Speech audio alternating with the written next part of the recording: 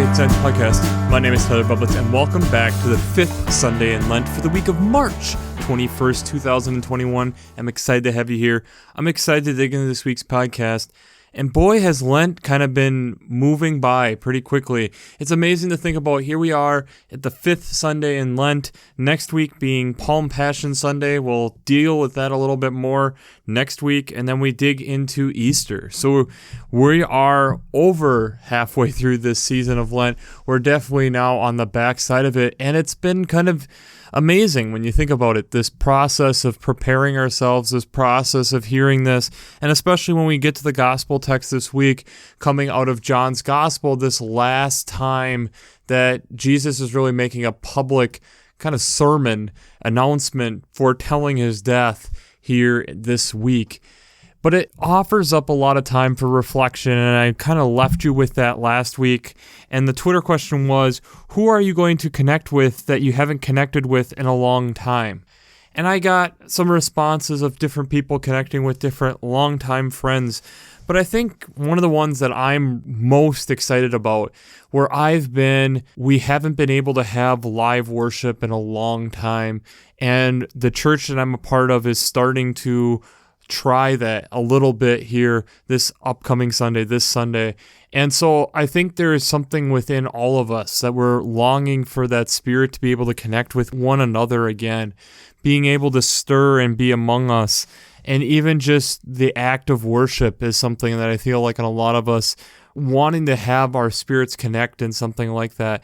And I'm really curious as we continue to move forward in this and taking our forward steps in this and seeing where everything goes with this, what happens as the Spirit stirs within us, both young and old. What does the Spirit steer us into? What is this new church that God is steering us into? And I think that's what's exciting and intriguing to me, is where now is God going to be leading us. And it might be still a step forward, a couple steps back, a couple steps forward, a step back, as we're trying to figure this out, not only just with figuring out what the church will be, but getting back together again. And I'm excited about that possibility. I'm excited about the Spirit being able to stir, and I'm excited about digging into these texts. So let's jump right into it. The first reading this week is out of Jeremiah chapter 31, verses 31 to 34. This is a promise that we get from Jeremiah here, and this is right before the city is about to crumble. It's this promise that eventually that there won't be a need for teachers anymore, that the Spirit of God and knowing the Lord will just be embedded inside of people. And that to me is an intriguing thought. I think there's a lot of different things where you could play off of that. I think for me, one of the things I think about in a way that's kind of half true already, where we're already have the Spirit of God being given to us through baptism and different things, but I think you could also argue that the Spirit of God is given to us because of what Christ did to us. So I think it's kind of this interesting play, but verse 34, no longer shall you teach one another or say to one another, know the Lord, for they shall know me, from the least of them to the greatest, says the Lord, and I will forgive them their iniquity and remember their sin no more. So this idea of this great connection that immediately God has with us, and I think that's a very intriguing thought, and I'm really excited about what that could be and what's that all meaning for us moving forward. The psalm this week is Psalm 51, verses 1 to 12. This is a psalm we typically have with Ash Wednesday, and it's this very deep, reflective psalm. I'll think of it in a lot of ways. This understanding the steadfast love of God and the abundant mercy that comes from that, coming out of verse 1, but also recognizing how often the sinner part of ourselves separates us from that, and how we essentially in ways put God to the test because of that. And the person, the psalmist, calling out to God just to help cure me of this, help continue to retransform me. We get the verse that we've probably heard it before, verse 10, create in me a clean heart, O God, and put a new and right spirit within me. Do not cast me away from your presence or take your Holy Spirit from me. Restore to me the joy of your salvation and sustain in me a willing spirit. This idea of how we're messed up. We make mistakes. We really strain the relationship that we have with God in a lot of ways. But yet we still have this desire to continue to reach out to God and continue to work on this relationship to make it better. And I think that's a key point. The second reading is from Hebrews chapter 5, verses 5 to 10. This is a little bit of a confusing text based on that we kind of are, again, dropping in. We're talking a little bit about the high priest, Melchizedek. And in that, I think there's a kind of some selective things that kind of tie in with the gospel reading we'll get to here in a moment. But verse 5 here, so also Christ did not glorify himself in becoming a high priest, but was anointed by the one who said to him, "You are my son, today I have begotten you." So this idea, and we get in the continuation of how the death wasn't to inflate the ego of Christ in a lot of ways. It was really to help us in this continuing suffering on our behalf, to bring eternal salvation, not for just Jesus, but for all of us. And I think that's this love of Christ that being able to penetrate through us is really important. And I think this is also going to play a key role in what we're talking about this week. The gospel text this week is out of John chapter 12, verses 20 to 33. This is a text that we get. This is the last kind of public appearance of Jesus before we start getting into the Passion. And Jesus is, again, kind of foretelling his death. The hour has come for the Son of Man to be glorified. Very truly, I tell you, unless a grain of wheat falls into the earth and dies, it remains just a single grain. But if it dies, it bears much fruit. So this hour, this thing of Jesus kind of foretelling this, but I think a key part of this actually comes right from verse 20. Now among those who went up to worship at the festival were some Greeks, and then the Greeks are talking to Philip and Andrew, and this is where Jesus kind of gets into this, talking about and kind of, again, foretelling his death. And that there's a reason why Jesus has to die. And even though it's hard for us, the disciples, to understand at this moment, that it will make more sense in the long run than what we are seeing right now. So, before we jump into how faith and science come together, we have to do our shameless plug. Whoa!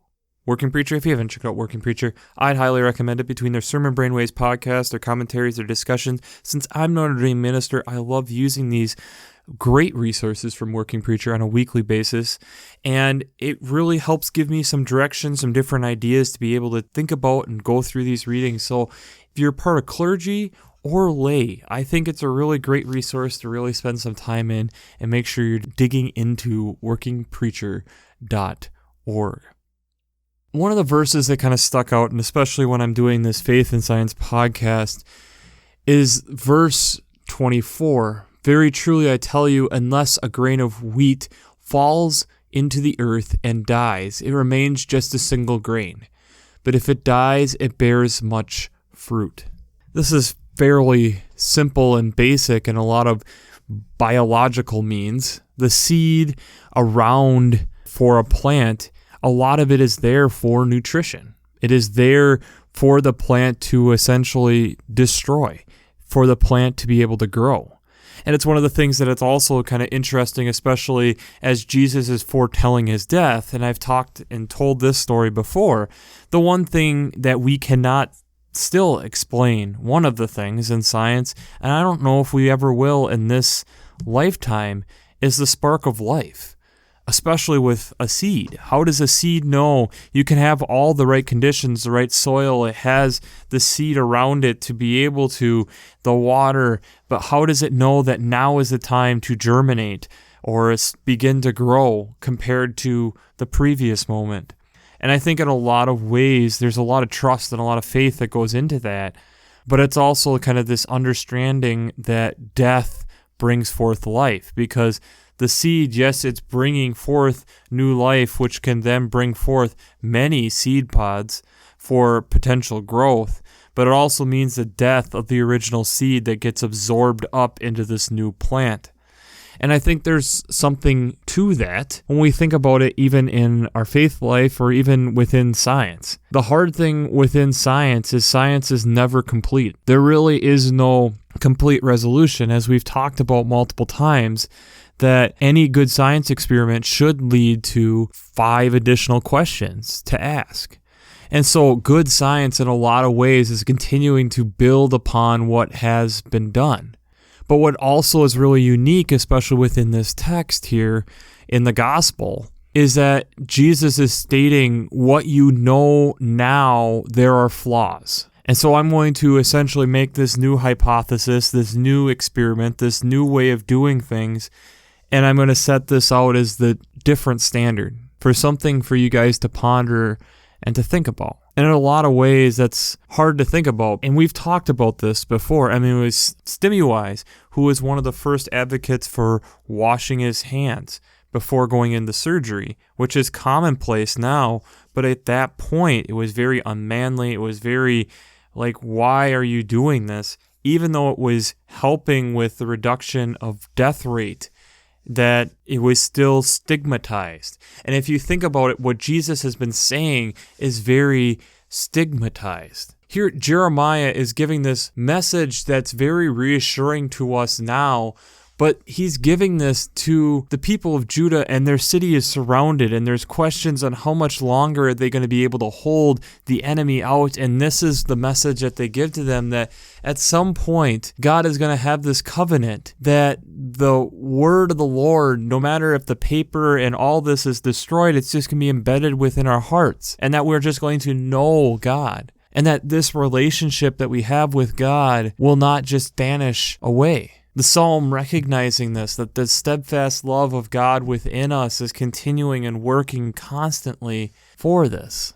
But what makes the Hebrews text interesting is the idea that in doing something that's so radically different than from what has been done, like we've talked about before, Stimuwise, and I'll attach some links down to him below, it means going out on a limb and doing something totally different, realizing you might be mocked, realizing you might be put down, realizing that in a lot of ways you might be rejected for what you're doing.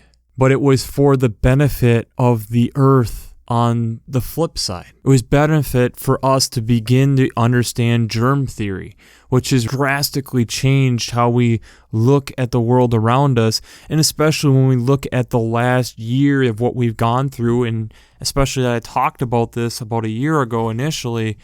Where would we be without understanding basic germ theory? Sometimes you have to make these radical statements and put yourself out there based off of that. The results of what you've tested in science show something, and you're wanting someone else to essentially run it and see. And you sometimes get this group of people who are just seen as crazy, but the science is continuing to back it up, and they're hoping for someone to poke a hole in it, but sometimes that doesn't happen.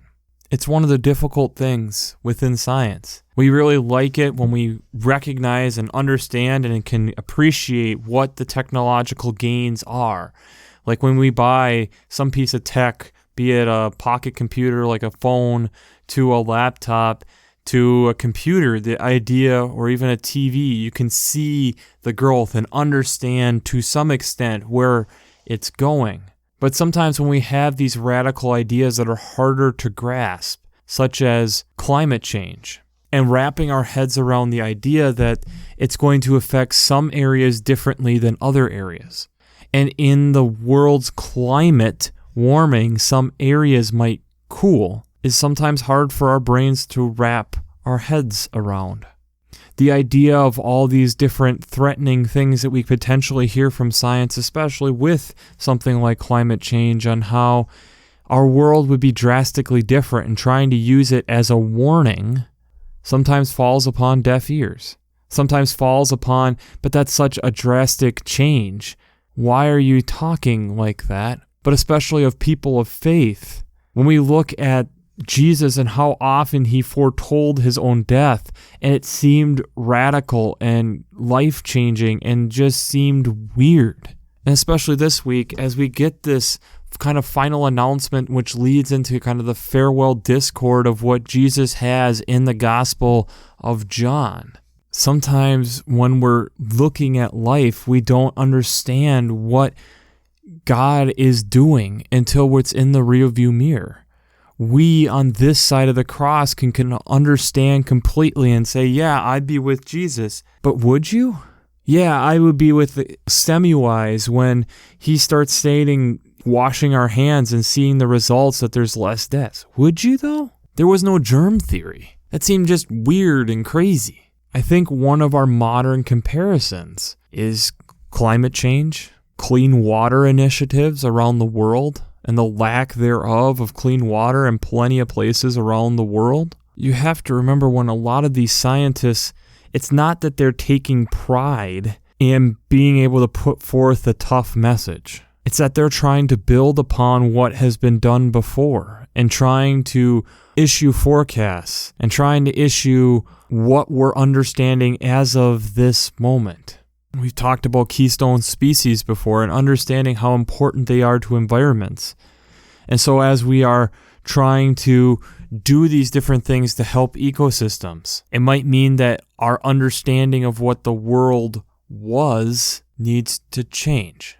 I'll give another example. One of the things that is being looked at and discussed is the prairies of the United States. The prairies used to have bison roaming the plains to the point of thunder sounding and feeling of the earth shaking under their feet as a herd was running across the plains. Now, they're not nearly as plentiful, over 90% being in the Yellowstone area of wild bison. And why is that? Because bison are big, they're strong, they like space. They don't necessarily fit well within our understandings of homesteads. They can cause havoc. Heck, when you look at how the industrialization of America happened, there was trains that essentially just opened it up for people to shoot bison. Why?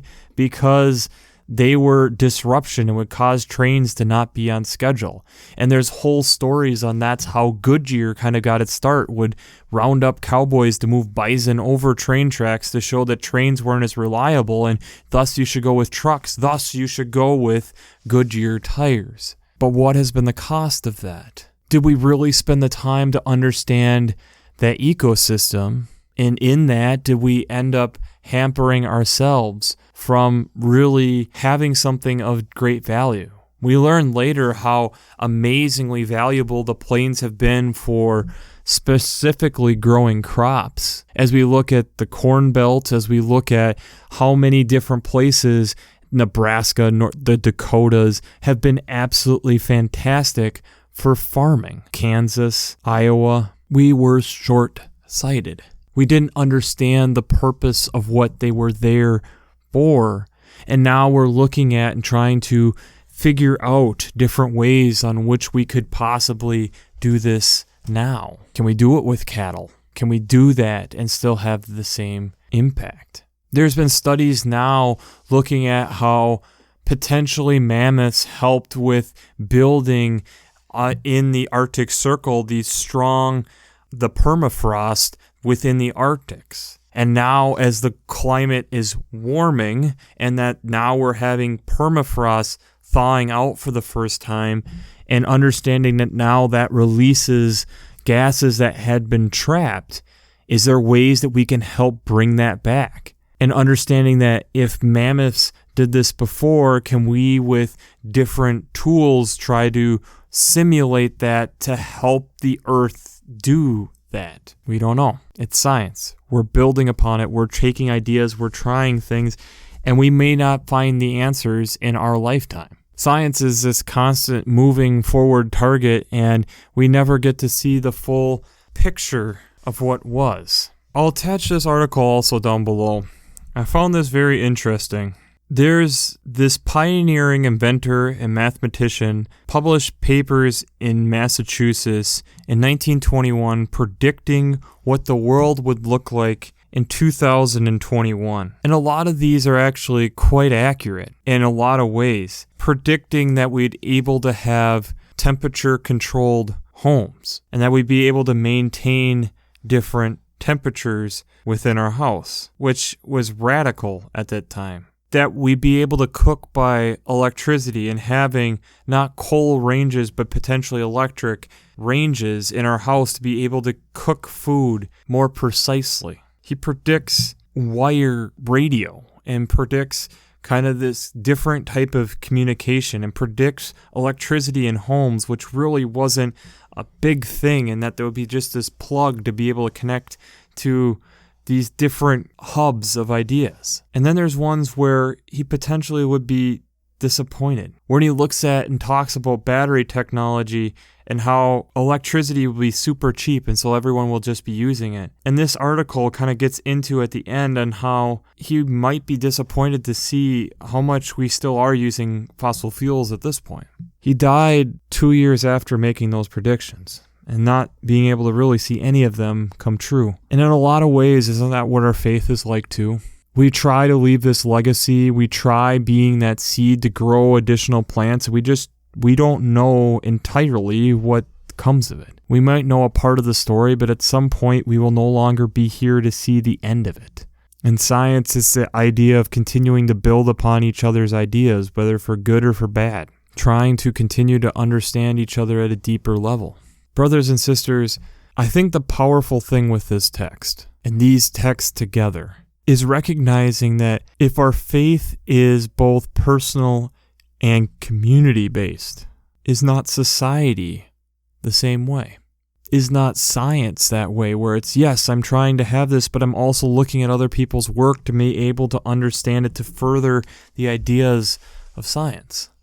We have to be able to work together. We have to be able to see beyond differences and be able to not necessarily call each other out, but work through them. And sometimes we need to be able to hear out the crazy ideas. Because being on this side of the cross, the crazy idea of what Jesus was talking about, that he was ridiculed multiple times by his disciples, changed the course of their lives and our lives as we know it. So the Twitter question this week will be, after you're gone, what's going to be built upon what you have done? After you're gone, what is going to be built upon what you've done? Because as Christians, we are always trying to continue this message and continue to move toward this promise of what we were heard in Jeremiah. In life, it's this constant movement of trying to continue to better ourselves and become more like Christ, but trying to better understand this thing of life and how precious it really is. How often we miss that, overlook that. This has been a hard season for many of us. And as it appears that we're nearing the end, but we don't know how long it is to the finish, let us not forget the lessons that we've learned here. Let us not forget how much we need to support each other. On a personal note, as we are nearing the end of this, don't forget the support that we gave each other at the beginning of this. No matter if we fully agree with what is going on or not, we have to support each other. We have to support each other to be able to give random and crazy ideas. We need to be able to listen and hear those out. Because sometimes those crazy ideas, like Semmelweis projected and said hand-washing, lead to something greater to help us understand this creation and this place that God has made for us. And at a deeper level, be able to better understand us as creatures following Christ. Science and faith is about working together, and I really hope that we continue to remember that, even when things sound crazy. Because a lot of times out of the death of the common idea, the death of the common knowledge, leads to the growth of something new and great that moves us forward. Happy first Sunday of spring. So, we'll wrap this up as we always do. I pray God blesses you through your faith and amazes you through science.